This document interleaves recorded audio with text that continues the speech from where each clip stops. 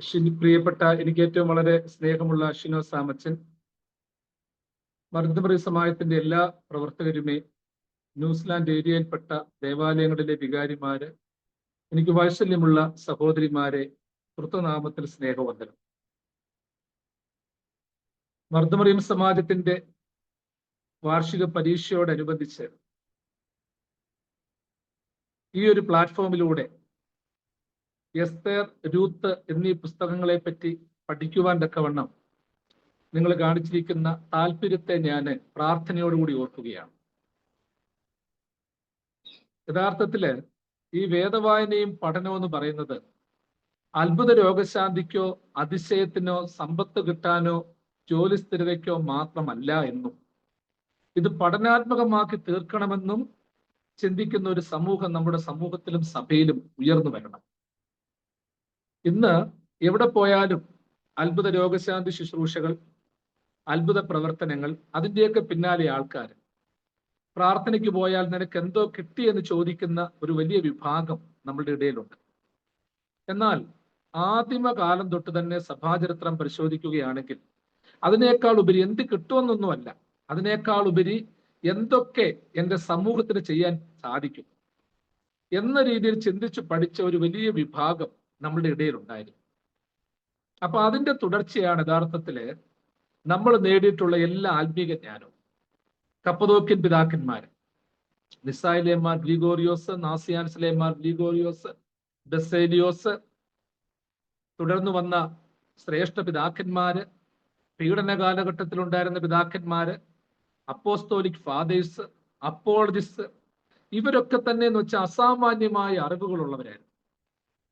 അവർക്ക് അന്നത്തെ കാലത്ത് അവരുടെ അറിവ് വെച്ചുകൊണ്ട് അവർക്ക് വേണമെങ്കിൽ രാജകീയ അധികാരം കിട്ടുമായിരുന്നു, കൊട്ടാരങ്ങളിലെ അധികാരം കിട്ടും. അപ്പൊ അതൊക്കെ വിട്ടിട്ടാണ് ദൈവികമായ ജ്ഞാനം പ്രാപിക്കുവാൻ, തിരുവചനം പഠിക്കുവാൻ, പഠിപ്പിക്കുവാൻ വേണ്ടി അവർ ഇറങ്ങി പുറപ്പെടുപ്പെട്ടത്.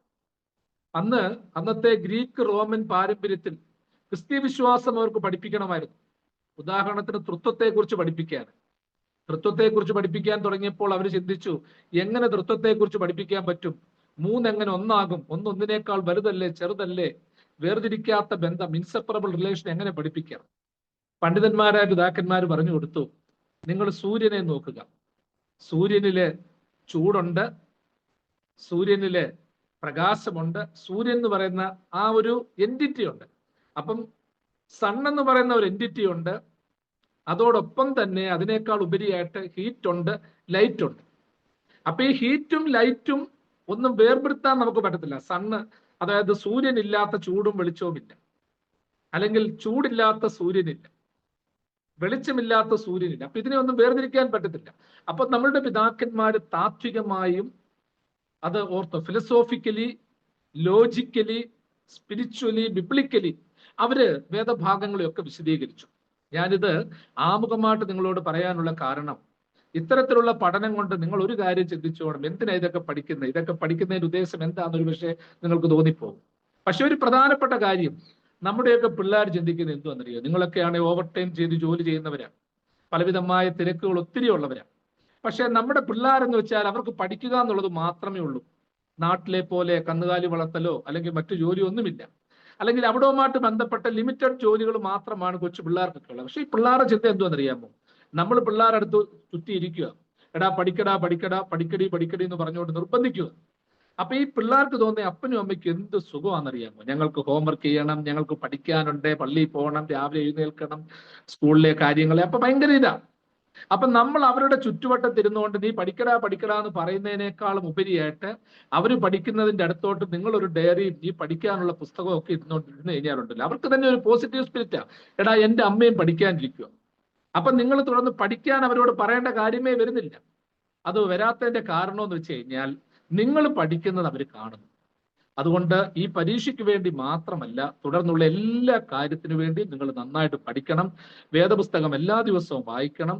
വായിച്ചിട്ട് ഓരോ അധ്യായത്തിലും എന്താണുള്ളതെന്ന് രേഖപ്പെടുത്തണം. അതുകൂടാതെ ഓരോ വാക്യങ്ങൾ, 1-2 വാക്യം മിനിമം കാണാതെ പഠിക്കണം. അങ്ങനെ നിങ്ങൾ സത്യം പറഞ്ഞാൽ നന്നായിട്ട് പ്രസംഗിക്കാൻ വേണ്ടി മാത്രമല്ല, പ്രസംഗിക്കാൻ പറ്റും, പഠിക്കാൻ പറ്റും, ജീവിത സാക്ഷ്യം ഉൾക്കൊള്ളാൻ പറ്റും. അപ്പൊ മറ്റൊന്നും വിശദീകരിക്കാതെ ഞാൻ നേരിട്ട് നിങ്ങൾക്ക് പഠിക്കുവാൻ വേണ്ടി തന്നിരിക്കുന്ന 2 പുസ്തകങ്ങളുണ്ടല്ലോ, അതിലേക്ക് ഞാൻ നേരിട്ട് പ്രവേശിക്കുകയാണ്. അതിൽ ഏറ്റവും പ്രധാനമായിട്ട് അച്ഛൻ അതിന്റെ ഒരു നോട്ട് എനിക്ക് തന്നിട്ടുണ്ടായിരുന്നു. ഞാനത് നോക്കുമായിരുന്നു. 2-3 പേജുള്ള ഒരു നോട്ട്. ഏകദേശം ഒരു 3/4 മണിക്കൂർ നീളുന്ന ഈ ക്ലാസ്സിൽ ഞാൻ ആ ഒരു പേപ്പർ മാത്രം എടുത്തു വെച്ച് നിങ്ങളോട് പറഞ്ഞു കഴിഞ്ഞാൽ നിങ്ങൾക്ക് അതുകൊണ്ട് എന്താ പ്രയോജനം എന്ന് എനിക്ക് അറിഞ്ഞുകൂടാ. ജസ്റ്റ് നിങ്ങൾ വെറുതെ ഒന്ന് നോക്കിക്കഴിഞ്ഞു കഴിഞ്ഞാൽ തന്നെയും, ഇപ്പൊ എനിക്ക് എസ്തേറിന്റെ പുസ്തകത്തെ കുറിച്ചുള്ള ഒരു ഭാഗമാണ്, 7ാമത്തെ അധ്യായമാണ് അച്ഛൻ എനിക്ക് ഇട്ട് തന്നേക്കുന്നത്. അപ്പം ഇത് ഞാൻ ഇപ്പോൾ ഈ 3/4 മണിക്കൂർ ഈ ഒരു സൂം മീറ്റിലൂടെ നിങ്ങൾ വന്ന് നിങ്ങളോട് പറയാം. നിങ്ങൾ ഇത് ശ്രദ്ധിച്ചു കാണും. നിങ്ങൾക്ക് തന്ന 7ാം അധ്യായത്തിലെ നോട്ടിനെ കുറിച്ച് പറയുമ്പോൾ അതിൽ പ്രധാനമായിട്ട് പറഞ്ഞേക്കുന്നത് ചില ഹെഡ്ലൈൻസ് ഉണ്ട്. എസ്തേറിന്റെ പുസ്തകത്തെ കുറിച്ച് പറയുന്നത്, അതായത് പുതിയ രാജ്ഞിയുടെ തെരഞ്ഞെടുപ്പ്. അതുവരെ ഉണ്ടായിരുന്ന അഹശ്വേരോശ് എന്ന് പറയുന്ന രാജാവിന് ആദ്യത്തെ രാജ്ഞിയായ വസ്തി മാറിയതിനു ശേഷം പുതിയ രാജ്ഞിയെ തെരഞ്ഞെടുക്കുന്നു. അപ്പൊ ആ തെരഞ്ഞെടുപ്പ്, പിന്നെ എസ്തേറിന്റെ ജീവിത പശ്ചാത്തലം, പുതിയതായിട്ട് തെരഞ്ഞെടുക്കപ്പെട്ട രാജ്ഞിയുടെ ജീവിത പശ്ചാത്തലം, പിന്നീട് രാജകീയമായ തെരഞ്ഞെടുപ്പ്. അപ്പൊ ഇതിന്റെ എല്ലാം ഭാഗങ്ങൾ. പിന്നെ 4 മൊർദെഖായിയുടെ രാജഭക്തി, അതായത് ഈ എസ്തേറിനെ എടുത്ത് വളർത്തിയ വ്യക്തി മൊർദെഖായി, നമുക്കെല്ലാം അറിയാവുന്നതാണ്. രാജഭക്തി.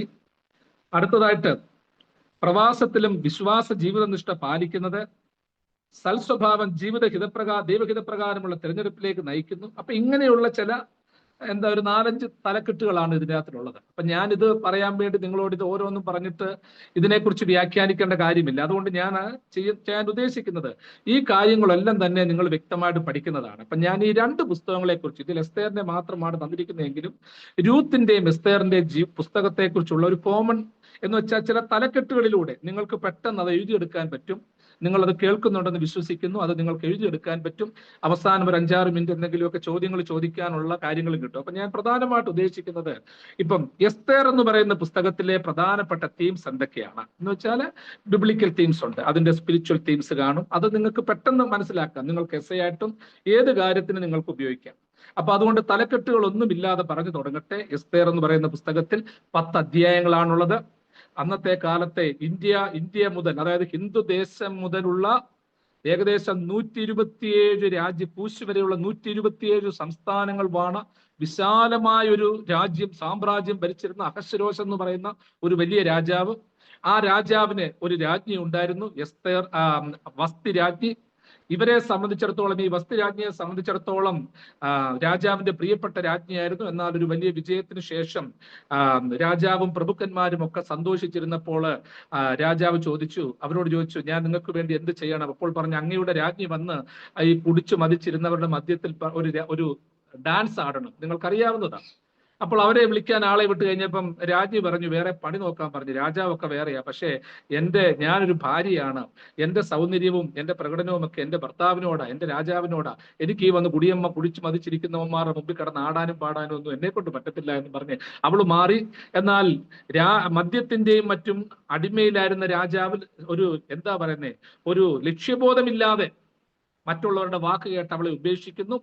ഒരു രീതിയിൽ പറഞ്ഞാൽ നമ്മൾ ദൈവിക പദ്ധതിയുടെ നെക്സ്റ്റ് സ്റ്റെപ്പ് തുടങ്ങുകയാണ്. അവിടേക്ക് എസ്തേർ കടന്നു വരുന്നു. ആ എസ്തേർ എന്നുള്ള വാക്കിന്റെ അർത്ഥം നിങ്ങൾക്കറിയാം, നക്ഷത്രം എന്നാണ്. എന്നാൽ ഹീബ്രു അവളുടെ നാമധേയം ഹദസ എന്നായിരുന്നു. എന്നാൽ പിന്നീടാണ് എസ്തേർ എന്നുള്ള പേര് അവൾക്ക് കിട്ടിയത്. പിന്നീട് അവളുടെ വളർത്തപ്പനായിരുന്നു മൊർദെഖായി. അപ്പനെക്കുറിച്ചോ അമ്മയെക്കുറിച്ചോ ഉള്ള വ്യാഖ്യാനങ്ങളല്ല കൂടുതലായിട്ടുള്ളത്. മൊർദെഖായും എസ്തേറും തമ്മിലുള്ള ആ ബന്ധത്തെക്കുറിച്ചാണ്. അവളെ ആത്മീകമായി ദൈവികമായി വളർത്തിയെടുത്ത ഒരു തലതൊട്ടപ്പൻ അവൾക്കുണ്ടായിരുന്നു. അങ്ങനെ അവൾ കൊട്ടാരത്തിൽ പുതിയ രാജ്ഞിയെ തെരഞ്ഞെടുക്കുന്ന രീതി വന്നപ്പോൾ അവിടെ ഉണ്ടായിരുന്നു. അന്നത്തെ കാലത്തെ നിയമപ്രകാരം, രീതിപ്രകാരം അതിൻ്റെ ഉള്ള രാജകീയ പദ്ധതികളിലൂടെ, പ്രോജക്റ്റുകളിലൂടെ ഒക്കെ കടന്നുപോയി അവൾ രാജ്ഞിയായിട്ട് മാറപ്പെട്ടു. എന്നാൽ അന്നത്തെ അഹശ്വേരോശ് രാജാവിന്റെ മന്ത്രിയായിരുന്ന ഹാമാൻ ഉണ്ടായിരുന്നു.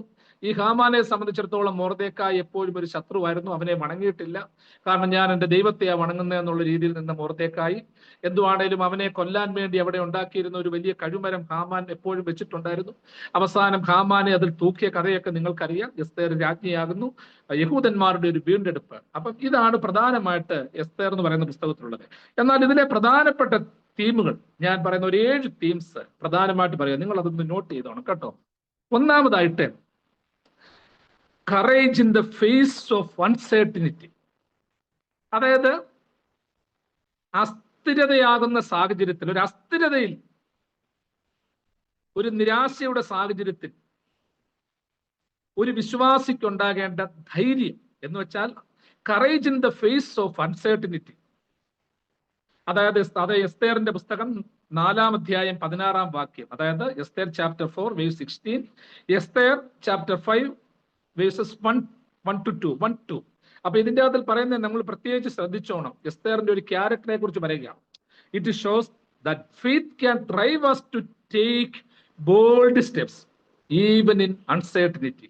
അതായത് ഫെയ്ത്ത് നമ്മൾക്ക് നൽകുന്ന ഒരു വലിയ ശക്തി എന്ന് പറയുന്നത് എന്താണെന്ന് അറിയാമോ? നമുക്ക് എന്തെങ്കിലും അതിശയം അത്ഭുതമൊന്നല്ല, എല്ലാം കയ്യിൽ കിട്ടുക എന്നുള്ളതല്ല, മറിച്ച് ബോൾഡ് സ്റ്റെപ്പ് എടുക്കാൻ തക്കവണ്ണം നമ്മൾക്ക് നൽകുന്ന ഒരു അനുഭവം. അതായത് അൺസർട്ടനിറ്റിയിൽ ഒരു ധൈര്യം കാണിക്കുന്ന ഒരു അനുഭവം. സമയ ചുരുക്കം കൊണ്ട് ഞാൻ പെട്ടെന്ന് പറഞ്ഞു വിടുകയാണ്. അപ്പൊ ഒന്നാമത് courage in the face of uncertainty, അതായത് ദ ബുക്ക് ഓഫ് എസ്തേറിലെ പ്രധാനപ്പെട്ട ഒരു മേജർ തീമാണ്. 2, divine providence and human agency. Divine providence, അതായത് ദൈവികമായ ഒരു കരുതൽ, അതിനൊരു ഹ്യൂമൻ ഏജൻസി. അതായത് നമ്മൾ പറയത്തില്ലയോ, എല്ലാത്തിനും ദൈവത്തിന്റെ കരങ്ങളായി നമ്മൾ പ്രവർത്തിക്കുക എന്ന് പറയത്തില്ലയോ?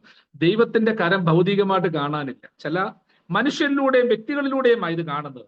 അതായത് വാക്യം നിങ്ങൾ നോട്ട് ചെയ്ത് വെച്ചോ. എസ്തേർ ചാപ്റ്റർ 4 വേഴ്സ് 14, അതിന്റെ ഒരു പാരൽ വാക്യമാണ് റോമൻസ് ചാപ്റ്റർ 8 വേഴ്സ് 28. അതുകൊണ്ട് പറയുന്നത് എന്താണെന്ന് അറിയാമോ? Using human decisions and actions to achieve his purposes. അതായത് എസ്തേറിലൂടെ ദൈവത്തെ, അതായത് എസ്തേറിലൂടെ അന്ന് ഒരു പ്രത്യേകമായ ഒരു അനുഭവത്തിലൂടെ കടന്നു പോകുകയാണ്. എസ്തേറിന്റെ സ്റ്റോറിയില് അഹശ്വേരോശ് എന്ന് പറയുന്ന ഒരു രാജാവുണ്ട്. രാജാവിന് യഹൂദന്മാരെ ഇഷ്ടമല്ലായിരുന്നു. എന്നാൽ അതേ രാജാവിലൂടെ യഹൂദന്മാരുടെ വീണ്ടെടുപ്പിനുമായിട്ട് ദൈവം ചില പദ്ധതികൾ എസ്തേറിലൂടെ കാണുന്നു. നമ്മളൊക്കെ ചിലപ്പോൾ ചിന്തിക്കും നമ്മുടെയൊക്കെ ജീവിതത്തിലെയോ എന്റെ ജീവിതം കൊണ്ടൊരു അർത്ഥമില്ല, ലക്ഷ്യമില്ല, ഞാൻ കല്യാണം കഴിച്ചു, ഒരു ജോലി ചെയ്യുന്നു, അല്ലെങ്കിൽ എന്താ എന്നെ കുറിച്ചുള്ള കാര്യം. പ്രിയമുള്ളവരെ, ദൈവം ചിലപ്പം ചില കാര്യങ്ങൾ നമുക്ക് തന്നില്ലേലും ഉണ്ടല്ലോ, അനേകരെ രക്ഷപ്പെടുത്താനുള്ള ചില പദ്ധതികളുടെ ഭാഗമായി നമ്മെ ഉപയോഗിക്കും. നിങ്ങളൊക്കെ വിദേശത്തൊക്കെ ജോലി ചെയ്യുന്നവരാണ്, ഒത്തിരി പ്രയാസമുണ്ട്, ജോലി പ്രശ്നങ്ങളുണ്ട്, ബുദ്ധിമുട്ടുകളുണ്ട്. പക്ഷെ നിങ്ങൾ നൽകുന്ന ഓരോ സഹായങ്ങള്, കരുതലുകൾ എത്രയോ പേരെ സഹായിക്കുന്നുണ്ടെന്നറിയാം. അല്പമായോ അധികമായോ ചെയ്യുന്ന കരുതലുകൾ. അപ്പൊ അതുപോലെ ഓർത്തോണം, അന്നേരം നമ്മൾ ചെയ്യുന്ന ഒരു കൊച്ചു സഹായം ഒരുവന്റെ കയ്യിലോട്ട് എത്തുമ്പോൾ അവിടെ ഇരിക്കുന്ന ഒരു വ്യക്തി കൊടുത്തതായിട്ടല്ല പറയുന്നത്, മറിച്ച് പറയുന്നത് ദൈവം ചില കാര്യങ്ങൾ കൊടുത്തു എന്നാ, ദൈവം എന്റെ പ്രാർത്ഥന കേട്ടു എന്നാ. അപ്പൊ അതുകൊണ്ടാണ് നമ്മൾ പറയുന്നത് divine providence and human agency. 3-മതായി ഫ്രം ഒബ്സ്ക്യൂരിറ്റി ടു ഡെസ്റ്റിനി. അതായത് 3-മത്തെ ഒരു പ്രധാനമായിട്ടുള്ള തിയോളജിക്കൽ ടേമാണ് അല്ലെങ്കിൽ തീമാണ് ബുക്ക് ഓഫ് എസ്തേറിലെ ഫ്രം ഒബ്സ്ക്യൂരിറ്റി ടു ഡെസ്റ്റിനി. അതാ യഥാർത്ഥത്തിൽ ഓർത്തോണം, ഒബ്സ്ക്യൂരിറ്റി എന്ന് വെച്ചാൽ നമ്മൾ പറയത്തില്ലേ, ഒരു ശൂന്യതയിൽ നിന്ന് പോകുകയാണ്, വ്യാഖ്യാനിക്കാൻ പറ്റാത്തൊരവസ്ഥ. എസ്തേർ എന്ന് പറയുന്ന സ്ത്രീ ഓർത്തോണം, അവരൊരു ഓർഫന, അവൾക്ക് ആരുമില്ല, അവളെ വളർത്തിയത് മൊർദെഖായിയാണ്. പക്ഷേ ആ ഒരു സാധാരണ സ്ത്രീയെ എക്സ്ട്രാ ഓർഡിനറി പർപ്പസ് ചെയ്യാൻ തക്കവണ്ണം ദൈവം സെലക്ട് ചെയ്യുക. അതുകൊണ്ടാണ് പറയുന്നത് it illustrates how God can take ordinary people and use them for extraordinary purposes. മനസ്സിലായില്ലയോ? അതായത് ദൈവം എപ്പോഴും ഓർത്തോണം, പൂർണ്ണരെ അല്ല തിരഞ്ഞെടുക്കുന്നത് കേട്ടോ, അപൂർണരെ തിരഞ്ഞെടുത്ത് വലിയ കാര്യങ്ങൾ ചെയ്യാൻ വേണ്ടി ദൈവം പ്രേരിപ്പിക്കുക. അപ്പൊ 3-മത്തെ പോയിന്റ് പെട്ടെന്ന് ഞാൻ പറഞ്ഞു പോകുകയാണ്, ഫ്രം ഒബ്സ്ക്യൂരിറ്റി ടു ഡെസ്റ്റിനി. അതിനൊരു വാക്യം നിങ്ങൾ നോട്ട് ചെയ്ത് വെച്ചോ. Esther chapter 2 verse 7. അതിന് പാരലായിട്ടുള്ള വാക്യമാണ് 1 കൊരിന്ത്യൻസ് ചാപ്റ്റർ 26-31. 1 കൊരിന്ത്യർ 1:26 തൊട്ട് 31 വരെ. 4-മത് the power of faith and perseverance. The power of faith and perseverance. നമ്മൾ ഇതിൽ ഓർത്തോണം, എസ്തേറിന്റെ ഫെയ്ത്തും അവളുടെ ഒരു വിശ്വാസ സ്ഥിരത. അതായത് നമ്മൾ പറയത്തില്ല, ഈ വിശ്വാസം എന്ന് പറയുന്നത് ഏതെങ്കിലും അതിന്റെ അർത്ഥം എന്ന് വെച്ചാൽ, വിശ്വാസം എന്നുള്ള വാക്കിനർത്ഥം വിശുദ്ധ ശ്വാസമാണ്, ഹോളി ബ്രത്ത് ആണ് വിശ്വാസം, ഫെയ്ത്ത് എന്ന് പറയുന്നത്. അപ്പോൾ ഓർത്തോണം, ഇതിനൊരു സ്ഥിരത വേണം. ഏതെങ്കിലും ഒരു സമയത്ത് നമുക്ക് തോന്നുക, ഞാൻ ഈ സമയത്ത് ദൈവത്തെ വിളിക്കുന്നു, പ്രാർത്ഥിക്കുന്നു, ദൈവം വലിയവനാണ്. പക്ഷെ അതല്ല, എല്ലാ മേഖലയിലും ഉയർച്ചയിലും താഴ്ചയിലും ഒക്കെ ഒരു സ്ഥിരത ഉണ്ടാകണം. അതുകൊണ്ടാണ് പറയുന്നത് കാലസമ്പൂർണതയിലെ വ്യവസ്ഥ എന്ന് പൗലോസ് ശ്ലീഹ പറയുന്നത് എന്തുവാ? ക്രിസ്തു എന്ന തലയോളം വളരുക, അതിങ്ങനെ വളർന്നുകൊണ്ടിരിക്കുക. ഇതുവരെ നമ്മൾ ദൈവത്തെ വിളിച്ചു, പ്രാർത്ഥിച്ചു. അപ്പൊ നമ്മൾ ചിലർക്ക് തോന്നുമോ, ഞാൻ ഒത്തിരി പ്രാർത്ഥിച്ചതാ, ഒത്തിരി വ്യവസ്ഥ വായിച്ചതാ, ഒത്തിരി പഠിപ്പിച്ചതാ, എനിക്കിതൊക്കെ അറിയാം. പക്ഷെ പ്രിയമുള്ളവരെ, അങ്ങനെയല്ല. അതിന് പിന്നെയും വളർച്ചയുണ്ട്. അത് അങ്ങ് വളർന്നുകൊണ്ടിരിക്കുക, ഒരു ലെവലിനപ്പുറത്തോട്ട് പൊയ്ക്കൊണ്ടിരിക്കുക. അതാണ് എസ്തേർസ് faith and perseverance ultimately led to the salvation of the Jewish people, demonstrating the impact of trusting and obeying God. നമ്മളത് എപ്പോഴും ചിന്തിച്ചിരുന്നോണം കേട്ടോ. അതായത് എസ്തേറിന്റെ വിശ്വാസം, എസ്തേറിനോട് മൊർദെഖായി പറയുന്നുണ്ട്, നീ ഇപ്പം മിണ്ടാതിരുന്നാൽ നീ നിന്റെ ഗുരു നശിച്ചു പോകും, പക്ഷെ ഉദ്ധാരണം ദൈവത്തിന്റെ പക്കൽ നിന്നുണ്ടാകും. നമ്മൾ ചെയ്യേണ്ട ചില കാര്യങ്ങൾ ഹൃദയംഗമായിട്ടുണ്ട് പ്രിയമുള്ളവരെ. അതായത് നമ്മളുടെ വിശ്വാസം, ഇപ്പോൾ നിങ്ങളുടെ വീട്ടില് എല്ലാവർക്കും ഒന്നും വിശ്വാസം കാണണമെന്ന് നിർബന്ധമില്ല കേട്ടോ. എല്ലാവർക്കും ഒന്നും വിശ്വാസം വരണമെന്ന് നിർബന്ധമില്ല. ചിലർക്ക്, ഒരു വീട്ടിൽ ഒരാൾക്ക് വിശ്വാസം ഉണ്ടെങ്കിൽ നമുക്ക് നൽകാൻ പറ്റുന്ന ഒരു പോസിറ്റീവ് സ്പിരിറ്റ് ഉണ്ട്. അതുകൊണ്ടാണ് നമ്മൾ എപ്പോഴും ഓർത്തോണം, ഒരു ഒപ്റ്റിമിസ്റ്റിക് ആറ്റിറ്റ്യൂഡ്. നമ്മുടെ വീട്ടിലൊരു ബുദ്ധിമുട്ട് വന്നു, അപ്പൊ എല്ലാവരും ഓർക്കും, അയ്യോ ഇതൊന്നും നടക്കത്തില്ല, അങ്ങനെ ഇങ്ങനെ പ്രശ്നം, എല്ലാവരും പറഞ്ഞു കഴിഞ്ഞാൽ ബുദ്ധിമുട്ടാണ്. ആ വീട്ടിൽ ഒരു വ്യക്തിക്കെങ്കിലും ഒരു അല്പമായ ഒരു പോസിറ്റീവ് സ്പിരിറ്റ്, ഒരു ഫെയ്ത്ത് പെർസിവറൻസ് ഉണ്ടെങ്കിൽ നിങ്ങൾ നേരിടുന്നതിനെയൊക്കെ അതിജീവിക്കാൻ സാധിക്കും. 5 identity, culture and courage. Identity, culture and courage. Esther's story highlights the importance of staying true to one's identity and culture, even in the face of adversity and pressure to conform. എസ്തേറിന്റെ പുസ്തകം 8-ാം അധ്യായം 3 മുതൽ 1-6 വരെയുള്ള വാക്യം. Esther chapter 8 verse 3-6. അതിന് പാരലായിട്ട് നിങ്ങൾ നോക്കിക്കോ, സമയം പോലൊക്കെ നോക്കിയാൽ മതി. Daniel chapter 3 verse 16-18. അപ്പൊ ഇതിന്റെ അത് ചുരുക്കമായിട്ട് പറഞ്ഞു കഴിഞ്ഞാൽ ഓർത്തോണം, അതായത് ഒരു മനുഷ്യന്റെ ഐഡന്റിറ്റിയില്, അതായത് അതിലാ പറയുന്നത്, the importance of staying true to one's identity and culture even in the face of adversity and pressure to conform. എന്ന് വെച്ചാൽ ചുരുക്കത്തിൽ പറഞ്ഞു കഴിഞ്ഞാല് അവർക്കൊരു യഹൂദനൊരു ഐഡന്റിറ്റി ഉണ്ട്. ഐഡന്റിറ്റി എന്തുവാ? നമ്മൾ ഓർത്തോണം, അഹശ്വേരോസ് രാജാവ് ദൈവത്തെ വിളിക്കുന്നില്ല, അവന് ദൈവമില്ല, അവന്റെ ട്രഡിഷൻ വേറെ.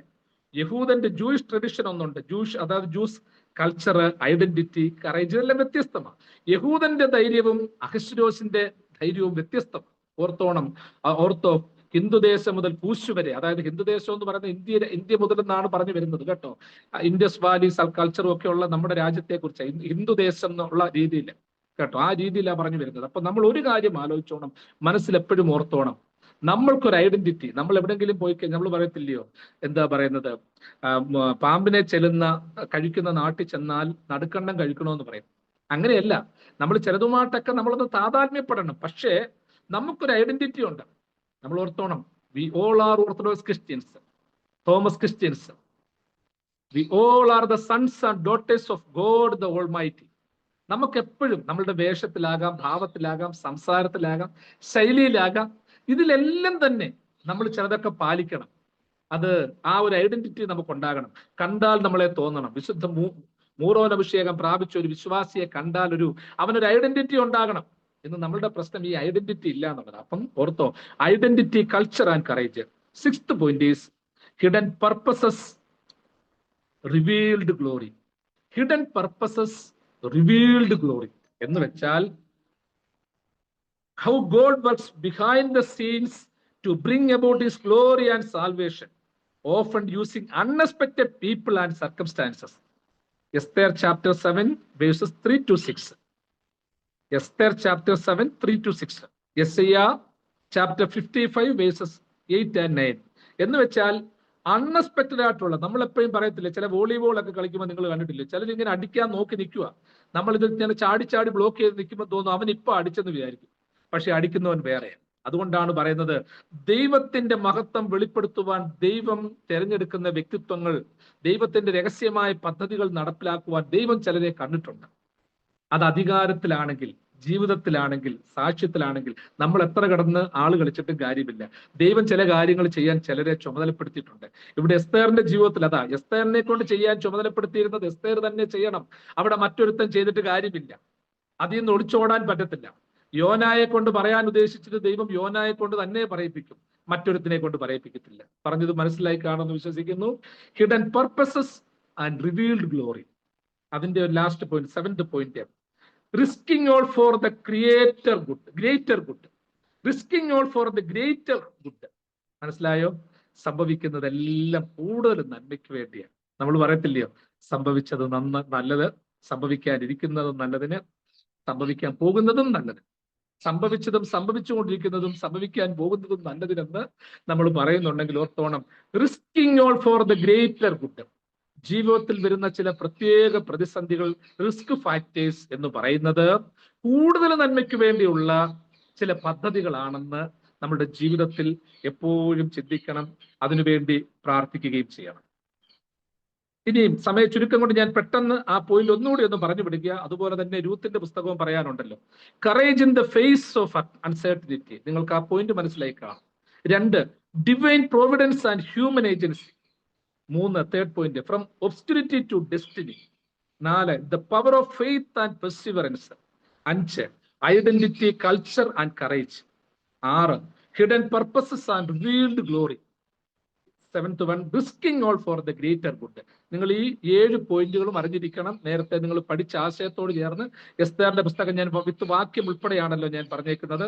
റിസ്കിംഗ് ഓൾ ഫോർ ദ ഗ്രേറ്റർ ഗുഡിന് ഒരു വാക്യം എത്തിക്കോ. Esther chapter 4 verse 16, Philippians chapter 2 verses 3-4. അപ്പൊ ഒരു കാര്യം ആലോചിച്ചോ, നമ്മൾ ഈ പുസ്തകം പരീക്ഷയൊക്കെ എഴുതുമ്പോൾ നിങ്ങൾ ഓർത്തോണം, ഒരു കാര്യം കൂടെ ഓർത്തോണം. ഈ കോപ്പി അടിക്കുക, നോക്കി എഴുതുക, പറഞ്ഞു കേട്ട് എഴുതുക, ചോദിച്ചെഴുതുക, ഇതൊന്നും പാടില്ല കേട്ടോ. സത്യസന്ധമായിട്ട് എഴുതാനുള്ള പഠിത്തം ഉണ്ടാകണം. നിങ്ങൾ എഴുതുന്ന എന്താ പറയുന്നത്, നിങ്ങളുടെ ആ പേപ്പറിൽ വെറുതെ അതും ഇതും മാത്രമല്ല, അതിനോട് ചേർന്നുള്ള ഇങ്ങനെയൊക്കെയുള്ള ആശയങ്ങളോട് ചേർക്കുമ്പോൾ അത് നല്ലതാണ്. ഇനി രണ്ടാമതായിട്ട് രൂത്തിന്റെ ബുക്കിലെ പ്രധാനപ്പെട്ട ഐഡിയോളജീസ്, മെസ്സേജസിനെ കുറിച്ച് അല്പമായിട്ട് നമുക്കൊന്ന് ചിന്തിക്കാം. അതും ഒരു 5-6 പോയിന്റ് പെട്ടെന്ന് പറയാം കേട്ടോ. ആദ്യത്തേത് മനസ്സിലായി കാണുമെന്ന് വിശ്വസിക്കുന്നു, നിങ്ങൾ നോട്ട് ചെയ്തിട്ടുണ്ടെന്ന് വിശ്വസിക്കുന്നു. 2, രൂത്തിന്റെ പുസ്തകം നിങ്ങൾക്കറിയാം, 4 ചാപ്റ്ററുകൾ മാത്രമുള്ള ഒരു കൊച്ചു പുസ്തകമാണ് രൂത്ത് എന്ന് പറയുന്നത്. രൂത്തിനെ കുറിച്ച് നിങ്ങൾക്കറിയാം, നമ്മളൊക്കെ പറയുന്നത് പോലെ നല്ലൊരു മരുമകൾ. ഞാൻ രൂത്തിന്റെ കഥകളൊന്നും പറയുന്നില്ല, കഥയൊക്കെ നിങ്ങൾ വേദപുസ്തകത്തിൽ നിന്ന് ഭംഗിയായിട്ട് വായിച്ചു പഠിക്കണം. അതോടൊപ്പം ഞാൻ ചില ആശയങ്ങൾ മാത്രമാണ് പറയുന്നത്. പ്രധാനമായിട്ട് first one, loyalty and devotion. Loyalty and devotion, അതായത് വിശ്വസ്തതയും സമർപ്പണവും. എന്താണെന്നറിയാമോ? രൂത്തിന്റെ പുസ്തകം, Ruth chapter 1 verses 16-17, loyalty and devotion. Ruth's commitment to Naomi and her people demonstrate the importance of loyalty and devotion in relationship. എന്ന് വെച്ചാൽ അവളുടെ അമ്മാവിയമ്മയായ, അതായത് അവസാനം 2 മക്കളും പോയി. ഒന്ന് ആലോചിച്ച് നോക്കിയോ, നവോമിയുടെ 2 മക്കളും നഷ്ടപ്പെട്ടു. അവസാനം അമ്മായിയമ്മയും മരുമോളുമായി. മൂത്ത മരുമോൾ അമ്മായിയമ്മ പറഞ്ഞത് കേട്ടുപോയി. അപ്പൊ രൂത്തിന് തോന്നുക, ദൈവമേ, ഞാനോട് ഇട്ടിട്ട് പോയി കഴിഞ്ഞാൽ എൻ്റെ അമ്മാവിയമ്മയ്ക്ക് ആരുണ്ട്? അമ്മാവിയമ്മയല്ല, എൻ്റെ അമ്മയായിട്ട് കാണുന്നു, ആരുണ്ട്? അതുകൊണ്ട് ഞാൻ അവളെ വിട്ടു പോകത്തില്ല. നിന്റെ ജനം എൻ്റെ ജനം, നീ മരിച്ചടക്കപ്പെടുന്നിടത്ത് ഞാൻ മരിച്ചടക്കപ്പെടും. നിങ്ങൾ ആ വാക്യം നന്നായിട്ട് വായിച്ചോണം കേട്ടോ, കൂടുതൽ പറയണ്ടായല്ലോ. Loyalty and devotion. Second point is redemption and restoration. ഈ റിഡംഷനും റെസ്റ്റോറേഷനും ഉണ്ടല്ലോ, ഒരു സ്ഥിരപ്പെടുത്തലുണ്ട്, ഒരു വീണ്ടെടുപ്പുണ്ട്. നമ്മൾ ഈ പുതിയ നിയമത്തിൽ പറയുന്നുണ്ടല്ലോ, കർത്താവ് എന്ന വീണ്ടെടുപ്പുകാരൻ, പാപത്തിൽ വീണുപോയ നമ്മളെ വീണ്ടെടുക്കാൻ ക്രൂശിന്മേൽ വന്ന വീണ്ടെടുപ്പുകാരൻ. യഹൂദന്മാർക്കും ഒരു വീണ്ടെടുപ്പുണ്ട് കേട്ടോ. അതായത് ഒരു സ്ത്രീയുടെ ഭർത്താവ് മരിച്ചു പോയി കഴിഞ്ഞാൽ ഭർത്താവിന്റെ കുടുംബത്തിൽപ്പെട്ടവർ അവളെ കല്യാണം കഴിക്കണം. ഇവിടെ ഒരു പ്രത്യേകത ഓർത്തോണം. ഇവിടുത്തെ ഒരു പ്രധാനപ്പെട്ട ഒരു തീമാണ് redemption and restoration.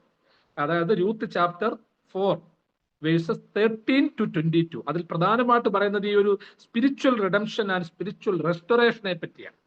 The story of Ruth highlights God's redemptive power and his ability to restore and bless those who have experienced loss and hardship. എല്ലാ നഷ്ടത്തിലും എല്ലാ വേദനയിലും പോകുന്ന ഒരു വ്യക്തിത്വത്തെ ദൈവം എങ്ങനെ വീണ്ടെടുക്കുന്നു എന്ന കഥ രൂത്തിന്റെ പ്രധാനപ്പെട്ട സെൻട്രൽ കോർ തീമാണ്. മനസ്സിലായില്ലയോ? Redemption and restoration. ഞാൻ പെട്ടെന്ന് പറഞ്ഞു പോവാ കേട്ടോ. മൂന്നാമതായിട്ട് faith and trust. Faith and trust. Ruth's faith and trust in God despite uncertainty and adversity save us an example of the importance of trusting in God's sovereignty. Ruth chapter 1:16, chapter 2:12. Faith and trust, അതായത് Ruth 1:16, 2:12. അതായത് രൂത്തിന്റെ വിശ്വാസവും, അതോടൊപ്പം വെറുതെ വിശ്വസിച്ചാൽ പെടത്തില്ല. യേശുവിലാണ് എന്റെ വിശ്വാസം, കീശയിലാണ് എന്റെ ആശ്വാസം എന്ന് കുഞ്ഞുണ്ണി മാഷ് പറഞ്ഞതുപോലെ പാടില്ല. ദൈവത്തിൽ വിശ്വാസം ഉണ്ടാകണം, അവനിൽ ട്രസ്റ്റ് ചെയ്യണം. ട്രസ്റ്റ് ചെയ്യുക എന്ന് വെച്ചാൽ നമ്മൾ ഓർത്തോണം, ഫെയ്ത്തും ട്രസ്റ്റും 2 തലത്തിലുള്ളതാണ് കേട്ടോ. ആർക്കും വിശ്വാസം ഉണ്ടെന്ന് പറയാൻ പറ്റും, എനിക്ക് വിശ്വാസമുണ്ട്, പക്ഷെ അത് പ്യൂർ ഫെയ്ത്ത് ആയിരിക്കണം. ട്രസ്റ്റ് എന്ന് പറയുമ്പോൾ ദൈവത്തിൽ പരിപൂർണമായി മറ്റൊന്നുമില്ല, ചോദ്യം ചെയ്യാതെയുള്ള ഒരു എന്താ പറയുന്നത്, ഒരു സമർപ്പണം കൂടിയാണ് ട്രസ്റ്റ് എന്ന് പറയുന്നത്. ദൈവത്തെ ചോദ്യം ചെയ്തില്ല, എൻ്റെ ദൈവം വലുതാണ്, ഇതാ ഞാൻ കർത്താവിന്റെ ദാസി എന്ന അമ്മയുടെ വാക്ക്. ഇതൊക്കെ ഒന്ന് ഹൃദയപൂർവ്വം ചിന്തിച്ചോണം. അപ്പം രൂത്ത് 1:16, 12. അപ്പം ദൈവത്തിലുള്ള പരിപൂർണമായ വിശ്വാസവും സമർപ്പണവും രൂത്ത് എന്ന് പറയുന്ന സ്ത്രീയുടെ ജീവിതത്തിൽ വലിയ കാര്യങ്ങൾ ചെയ്യിപ്പിച്ചു. അതുപോലെ നമ്മുടെ ജീവിതത്തിൽ നടക്കണം. 4th one, Providence and guidance. Providence and guidance നിങ്ങൾക്ക് എഴുതിയെടുക്കാൻ സമയം കിട്ടുന്നുണ്ടെന്ന് എനിക്ക് തോന്നുന്നു. Providence and guidance. The book of Ruth showcases God's providential care and guidance even in the midst of uncertainty and difficulty. എസ്തേറിൽ നമ്മൾ കണ്ടതുപോലെ തന്നെ എല്ലാവിധമായ അസ്ഥിരതയുടെയും പ്രതിസന്ധിയുടെയും നാളുകളിൽ, സാഹചര്യങ്ങളിൽ ദൈവത്തിന്റെ പ്രത്യേകമായ കരുതലും ദൈവത്തിന്റെ വാത്സല്യത്തോടെയുള്ള ഒരു നയിക്കലും. എന്ന് വെച്ചാൽ ഓർത്തോണം, നമ്മൾ അതുകൊണ്ടാണ് പാടുന്നത്, എന്നെ അവൻ അടിച്ചാലും അവൻ എന്നെ സ്നേഹിക്കുന്നു. നിങ്ങൾ സ്നേഹിക്കുന്ന മക്കളെ നിങ്ങൾ സ്നേഹിക്കുക മാത്രമല്ല, കെട്ടിപ്പിടിക്കുക മാത്രമല്ല, അവരെ അടിച്ചെന്നിരിക്കും, ശിക്ഷിച്ചെന്നിരിക്കും, അവർക്ക് നല്ല വഴിത്താരകൾ പറഞ്ഞു കൊടുത്തെന്നിരിക്കും. അതുപോലെ ദൈവത്തിന്റെ പ്രൊവിഡൻഷ്യൽ കെയർ എന്ന് പറയുന്നത്, അല്ലെങ്കിൽ ഗൈഡൻസ് എന്ന് പറയുന്നത്, നമ്മൾ ഓർത്തോണം, ഒരു പ്രയാസവും ഇല്ലെന്നല്ല, മറിച്ച് ഏത് പ്രതിസന്ധിയിലും ആരുമില്ലെങ്കിലും ദൈവം കാക്കും. അതുകൊണ്ടാണ് പറയുന്നത്, അഗ്നിച്ചൂളയിൽ വീണവരെ ദൈവം രക്ഷപ്പെടുത്തിയത് തീ കെടുത്തിയിട്ടല്ല. സിംഹത്തിന്റെ മുമ്പിൽ പോയി വീണവനെ ദൈവം രക്ഷപ്പെടുത്തിയത് സിംഹത്തെ കൊന്നിട്ടല്ല. സിംഹത്തെ കൊല്ലാതെയും തീ കെടുത്താതെയും ദൈവം രക്ഷപ്പെടുത്തും. ദൈവത്തിന്റെ പദ്ധതിയുണ്ട്. നമ്മുടെ ജീവിതത്തിൽ അതുപോലെയുള്ള പ്രതിസന്ധി ഉണ്ടെങ്കിൽ, എൻ്റെ ജോലി ഉറച്ചെങ്കിലേ, ശമ്പളം കൂട്ടി കിട്ടിയെങ്കിലേ, ഭർത്താവിന്റെ കുടി മാറിയെങ്കിലേ രക്ഷപ്പെടുമെന്ന് ചിന്തിക്കരുത്. കുടിക്കുന്ന ഭർത്താവ് ഉണ്ടെങ്കിലും, അനുസരണയില്ലാത്ത പിള്ളേരുണ്ടെങ്കിലും, നിങ്ങളെ നോക്കാത്ത പിള്ളേരുണ്ടെങ്കിലും, ദൈവം തമ്പുരാൻ അതിനപ്പുറമായിട്ട് നടത്തും. അതിനുവേണ്ടി കാത്തിരിക്കണം. 5ാമതായിട്ട് ഇൻക്ലൂഷൻ ആൻഡ് അക്സെപ്റ്റൻസ്. ഇൻക്ലൂഷൻ എന്നുള്ള വാക്കിന്റെ spelling INCLUSION. Inclusion and acceptance. അതിന്റെ ഒരു വിശദീകരണം പറയാം. Ruth's story demonstrates God's inclusive love and acceptance, highlighting the importance of welcoming and embracing others regardless of their background. എന്ന് വെച്ച് കഴിഞ്ഞാല് രൂത്തിന്റെ സ്റ്റോറി പറയുകയാണ്, വർഗമോ വംശമോ ഒന്നും നോക്കാതെ, അതായത് ഇൻക്ലൂസീവ് ലൈഫ്, അതായത് കൃത്യമായ ഒരു സെലക്റ്റീവ് ലവ്, ദൈവത്തിന്റെ ഒരു സെലക്റ്റീവ്, ഒരു തെരഞ്ഞെടുക്കപ്പെട്ട സ്നേഹമുണ്ട്. Inclusive love, exclusive and inclusive ഉണ്ട്. അതുകൊണ്ടാണ് തിയോളജിയൻസ് പറയുന്നത് ഇൻക്ലൂസീവ് എക്സ്ക്ലൂസീവിസോ എന്ന് പറയുന്ന ഒരു ടെർമിനോളജി ഉണ്ട്. ഞാൻ അതിലേക്കൊന്നും കടക്കുന്നില്ല. ഒറ്റ കാര്യം പറഞ്ഞാൽ മതി, ദൈവത്തിന്റെ ഇൻക്ലൂസീവ് ലവ്, തന്റെ ജനത്തോട് ദൈവത്തിനുള്ള ഒരു പ്രത്യേകമായ മമത. ദൈവം എല്ലാവരുടെയും പിതാവാണ്.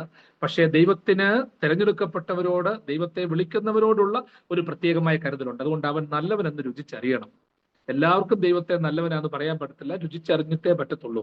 മധുരം ഉണ്ടെന്ന് പറഞ്ഞിട്ട് കാര്യമില്ല, മധുരം ഇടണം, ആസ്വദിക്കണം, അത് രുചികരമായിട്ട് വേണം. ഭക്ഷണത്തിന്റെ എല്ലാ കൂട്ടറിയാമെന്ന് പറഞ്ഞിട്ട് കാര്യമില്ല, ആ കൂട്ട് വേണ്ട രീതിയിൽ ചേർക്കണം.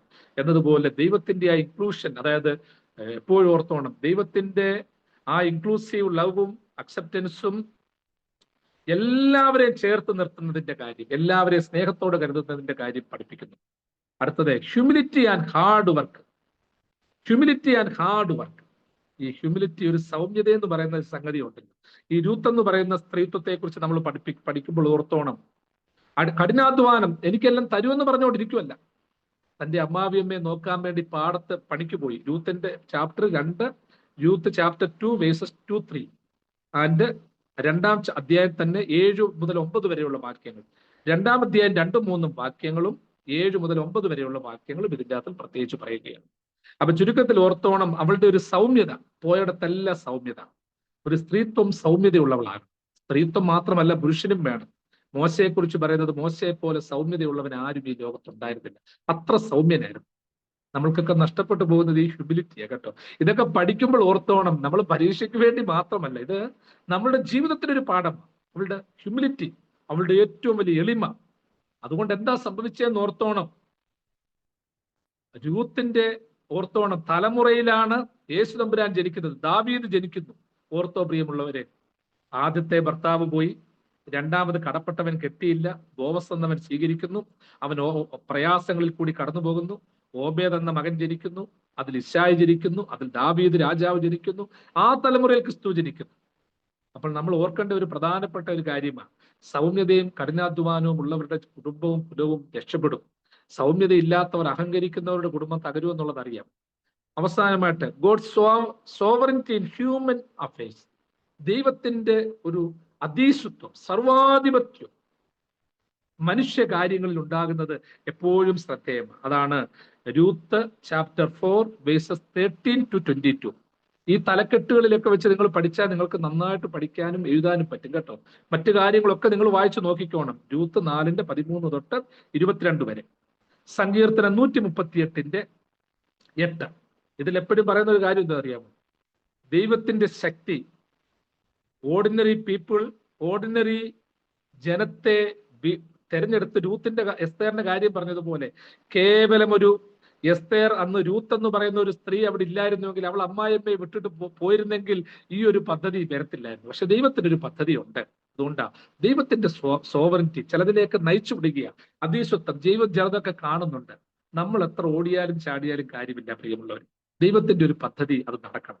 അപ്പൊ ആ രൂത്തിന്റെ പുസ്തകത്തിലെ പ്രധാനപ്പെട്ടത് loyalty and devotion, redemption and restoration, faith and trust, Providence and guidance, inclusion and acceptance, humility and hard work, God sovereignty in human affairs. നിങ്ങൾക്ക് അത് വ്യക്തമായിട്ട് മനസ്സിലായി കാണുമെന്ന് ഞാൻ വിശ്വസിക്കുകയാണ്. ഇനിയും ഒരു അല്പസമയം ഈ രണ്ട് പുസ്തകത്തിലും കോമൺ ആയിട്ടുള്ള വിഷയങ്ങൾ ഏതൊക്കെയാ? രൂത്തിന്റെയും എസ്തേറിന്റെയും പുസ്തകത്തിൽ കോമൺ ആയി കാണപ്പെടാൻ പറ്റുന്ന ചില കാര്യങ്ങൾ നമ്മളത് ഓൾറെഡി കണ്ടതാ കേട്ടോ. അതിനെക്കുറിച്ച് കൂടുതലായിട്ട് നിങ്ങൾ ശ്രദ്ധിക്കേണ്ട കൂടുതലായിട്ട് ഇത് വേണ്ട സമയം നമ്മൾ കളയുന്നില്ല, പെട്ടെന്ന് പറയുകയാണ്. കാരണം ഈ രണ്ട് പുസ്തകത്തിലും കോമൺ ആയിട്ട് ചില കാര്യങ്ങളുണ്ട്. മുമ്പേ പറഞ്ഞതുപോലെ കറേജ് ഇൻ അഡ്വേഴ്സിറ്റി, രൂത്തിനെ നോക്കിയാലും എസ്തേറിനെ നോക്കിയാലും പ്രതിസന്ധിയിൽ അവർ കാണിക്കുന്ന ചില പ്രത്യേകമായ ധൈര്യം, അവരുടെ ആത്മധൈര്യം, ആത്മവിശ്വാസം. രണ്ട്, പ്രോവിഡൻസ് ആൻഡ് ഗൈഡൻസ്. നമ്മൾ രണ്ട് പുസ്തകത്തിൽ നോക്കിയാൽ, രൂത്തിൽ നോക്കിയാലും എസ്തേറിൽ നോക്കിയാലും, രൂത്തിൽ ദൈവത്തിന്റെ കരുതൽ എങ്ങനെയുണ്ടായി, പ്രോവിഡൻസ് എങ്ങനെയുണ്ടായി, നടത്തിപ്പ് എങ്ങനെയുണ്ടായി, അതുപോലെ എസ്തേറിലും ഉണ്ടായിട്ടുണ്ട്. മൂന്ന്, ഫെയ്ത്ത് ആൻഡ് ട്രസ്റ്റ്. നമ്മൾ നേരത്തെ ചിന്തിച്ച ഒരു തീമാണ്. ദൈവത്തിൽ എല്ലാ പ്രതിസന്ധിയിലും ദൈവത്തിൽ വിശ്വാസം, ഫെയ്ത്തും ട്രസ്റ്റും വെക്കുന്നവർക്ക് ദൈവം കൊടുക്കുന്ന ചില അനുഭവങ്ങൾ, ഫെയ്ത്ത് ആൻഡ് ട്രസ്റ്റ്. അടുത്തത് redemption and salvation. Redemption and salvation, അതാ ഓർത്തോണം. വീണ്ടെടുപ്പ് മാത്രമല്ല, സാൽവേഷൻ എന്നൊരു ടെർമിനോളജി കൂടി ഓർത്തോണം. ഈ രണ്ടെണ്ണത്തിലും ഉണ്ടല്ലോ.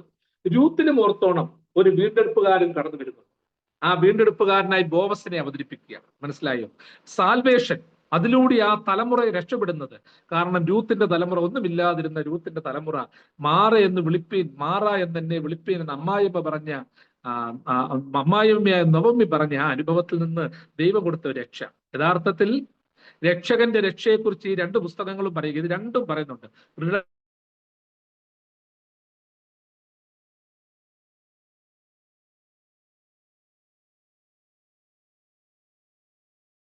കുടുംബത്തിനും ആ തലമുറയ്ക്കുമായി മാറുക. അടുത്തത് ordinary people, extraordinary purposes. Ordinary people, extraordinary purposes. ഓർത്തോണം, കേവലം രണ്ട് സാധു സ്ത്രീകളെ ഓർത്തോ പ്രിയമുള്ളവരെ. വസ്തി എന്ന് പറയുന്ന രാജ്ഞി അവിടെ ഉണ്ടായിരുന്നു. അവളെ മാറ്റിയതിലെ ന്യായത്തെക്കുറിച്ചൊന്നും ഞാൻ ചിന്തിക്കുന്നില്ല, പറയുന്നില്ല. ഞാൻ ആദ്യമേ അത് പറഞ്ഞു കഴിഞ്ഞിട്ടോ. പക്ഷെ ആ സാധു സ്ത്രീ, ആ വസ്തിക്ക് ശേഷം ഒന്നും അറിയാതെ എവിടെയോ ജീവിച്ച ഒരു വളർത്തുമോളായ ഏതോ ഒരു കുടുംബത്തിന്റെ ഉള്ളറയിൽ ജീവിച്ച എസ്തേറിനെ ദൈവം സെലക്ട് ചെയ്യുന്നു. എന്തിനു വേണ്ടി? ആ സമൂഹത്തെ രക്ഷപ്പെടുത്താൻ. മോർദേക്കായി നോക്കിയിരുന്നെങ്കിൽ യഹൂദന്മാരെ രക്ഷപ്പെടുത്താൻ പറ്റത്തില്ല. അതുകൂടെ അഹശ്വേരോശിനെ സ്വാധീനിക്കാൻ പറ്റത്തില്ല. അതുകൊണ്ട് അവൻ ചെറുപ്പത്തിൽ എടുത്തു വളർത്തിയ ഒരു പാവം പിടിച്ച പെൺകൊച്ച്, അവളിലൂടെ ദൈവം വലിയ കാര്യങ്ങൾ പ്രവർത്തിക്കുന്നു.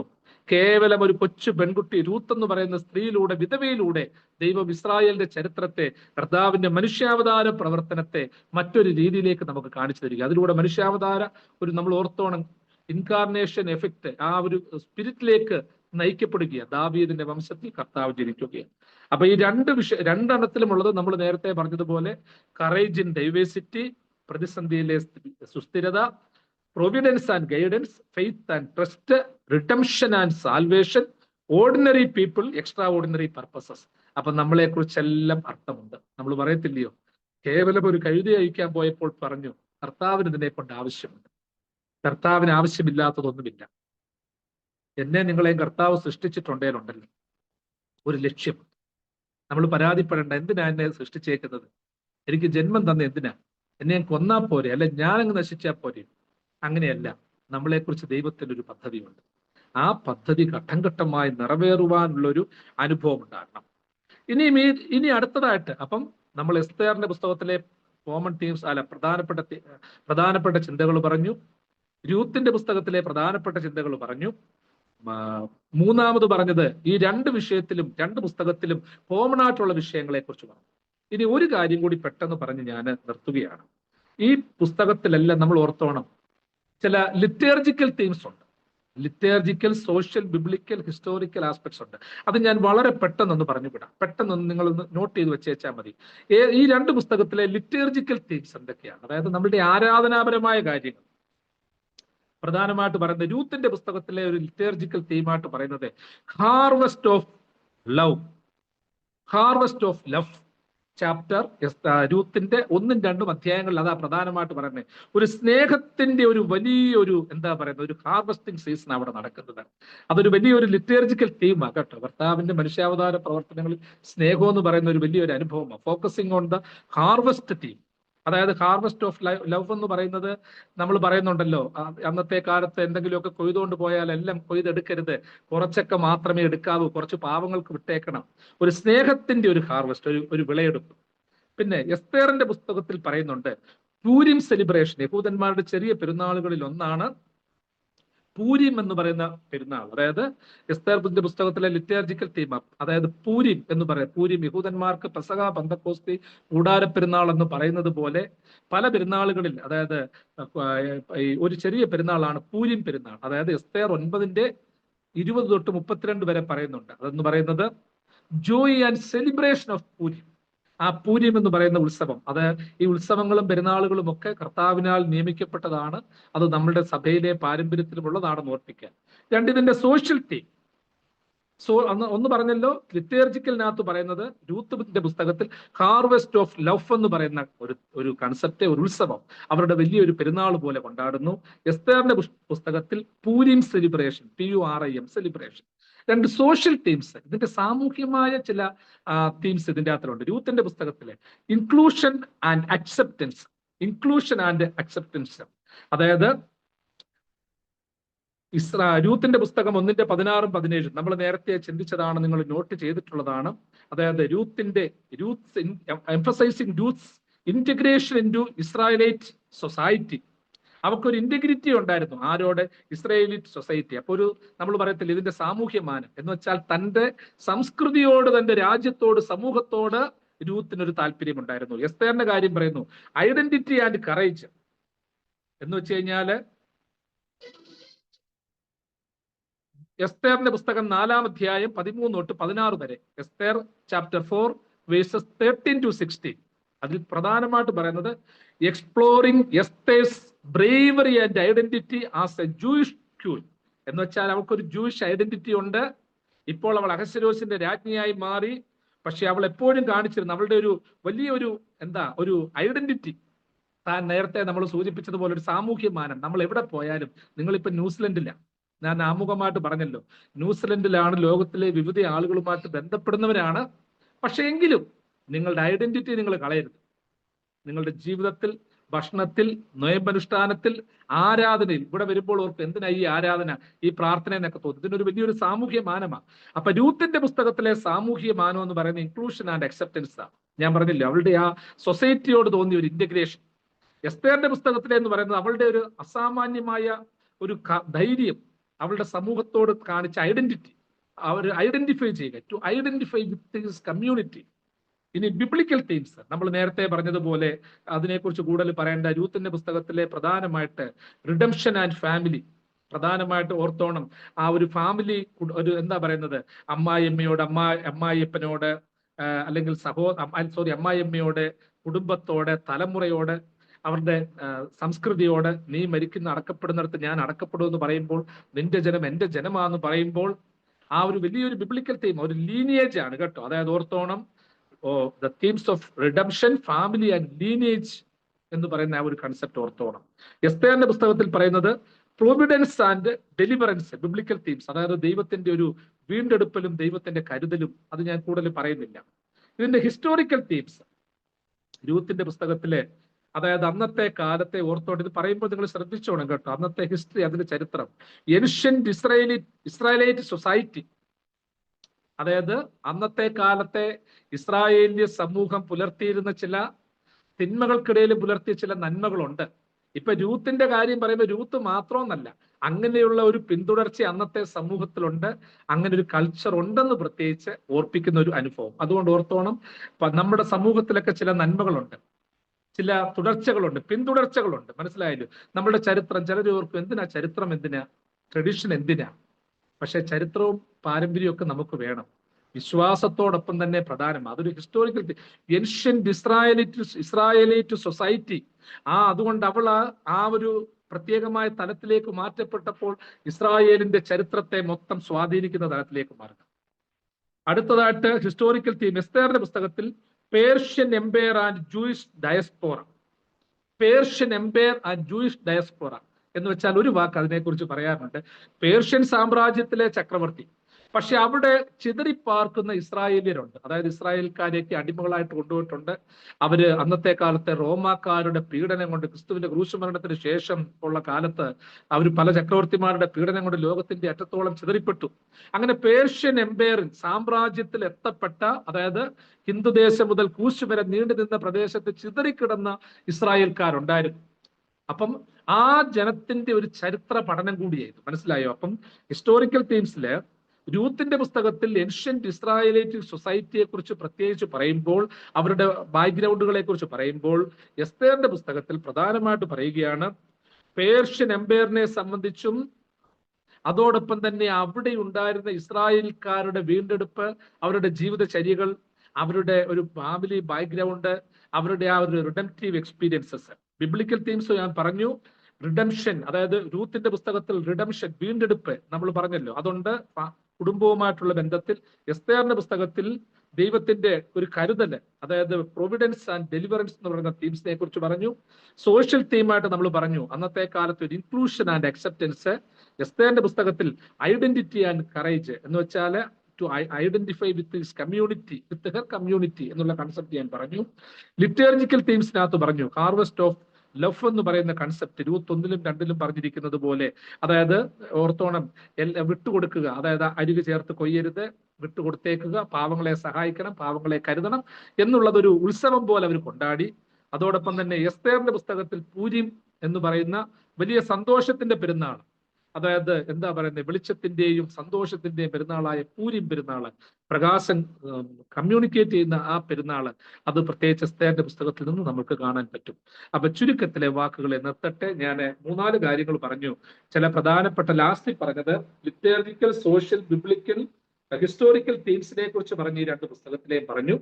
പിന്നീട് എസ്തേറിന്റെ പുസ്തകത്തിൽ എന്തു പറയുന്നു, രൂത്തിന്റെ പുസ്തകത്തിൽ എന്തു പറയുന്നു, എസ്തേറിന്റെ രൂത്തിന്റെ പുസ്തകത്തിലെ കോമൺ തീംസ് എന്താണ്, ഈ കാര്യങ്ങളൊക്കെയാണ് നമ്മൾ ചർച്ച ചെയ്തത്. അപ്പൊ ചുരുക്കത്തിൽ ഇന്നത്തെ കാലത്ത് മാതൃക ഇല്ലാതെ പോകുന്ന ഒരുപാട് സ്ത്രീത്വങ്ങളുണ്ട്. നിങ്ങൾ എസ് ഒക്കെ എഴുതുമ്പോൾ എഴുതണം, മാതൃക നഷ്ടപ്പെടുന്ന ഒത്തിരി സ്ത്രീത്വമുണ്ട്. ഞങ്ങൾക്ക് ഒത്തിരി സ്വാതന്ത്ര്യം വേണമെന്ന് പറയുന്ന സ്ത്രീകളുണ്ട്. അതായത് കുഞ്ഞുങ്ങളോട് താല്പര്യമില്ലാത്തവരുണ്ട്, പിള്ളേരെ വേണ്ട എന്ന് ചിന്തിക്കുന്നവരുണ്ട്, പള്ളി പോകണ്ട എന്ന് ചിന്തിക്കുന്നവരുണ്ട്, വസ്ത്രവിധാനത്തിലും ഭക്ഷണത്തിലും അലങ്കാരത്തിലും മാത്രം ജീവിക്കുന്ന സ്ത്രീത്വമുണ്ട്.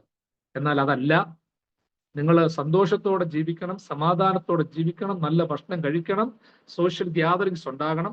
പക്ഷേ നിങ്ങളുടെ കുടുംബജീവിതം നശിപ്പിക്കുന്നതോ, പിള്ളേർക്ക് മാതൃകയില്ലാത്തതോ, മാതാപിതാക്കളെ ബഹുമാനിക്കാത്തതോ ആയ തലങ്ങൾ ഉണ്ടാകരുതെന്ന് ഈ 2 വ്യക്തിത്വങ്ങളും പഠിപ്പിക്കുക. ഇവർ 2 പേരും നിങ്ങളുടെ ധ്യാനത്തിൽ ഉണ്ടാകണം.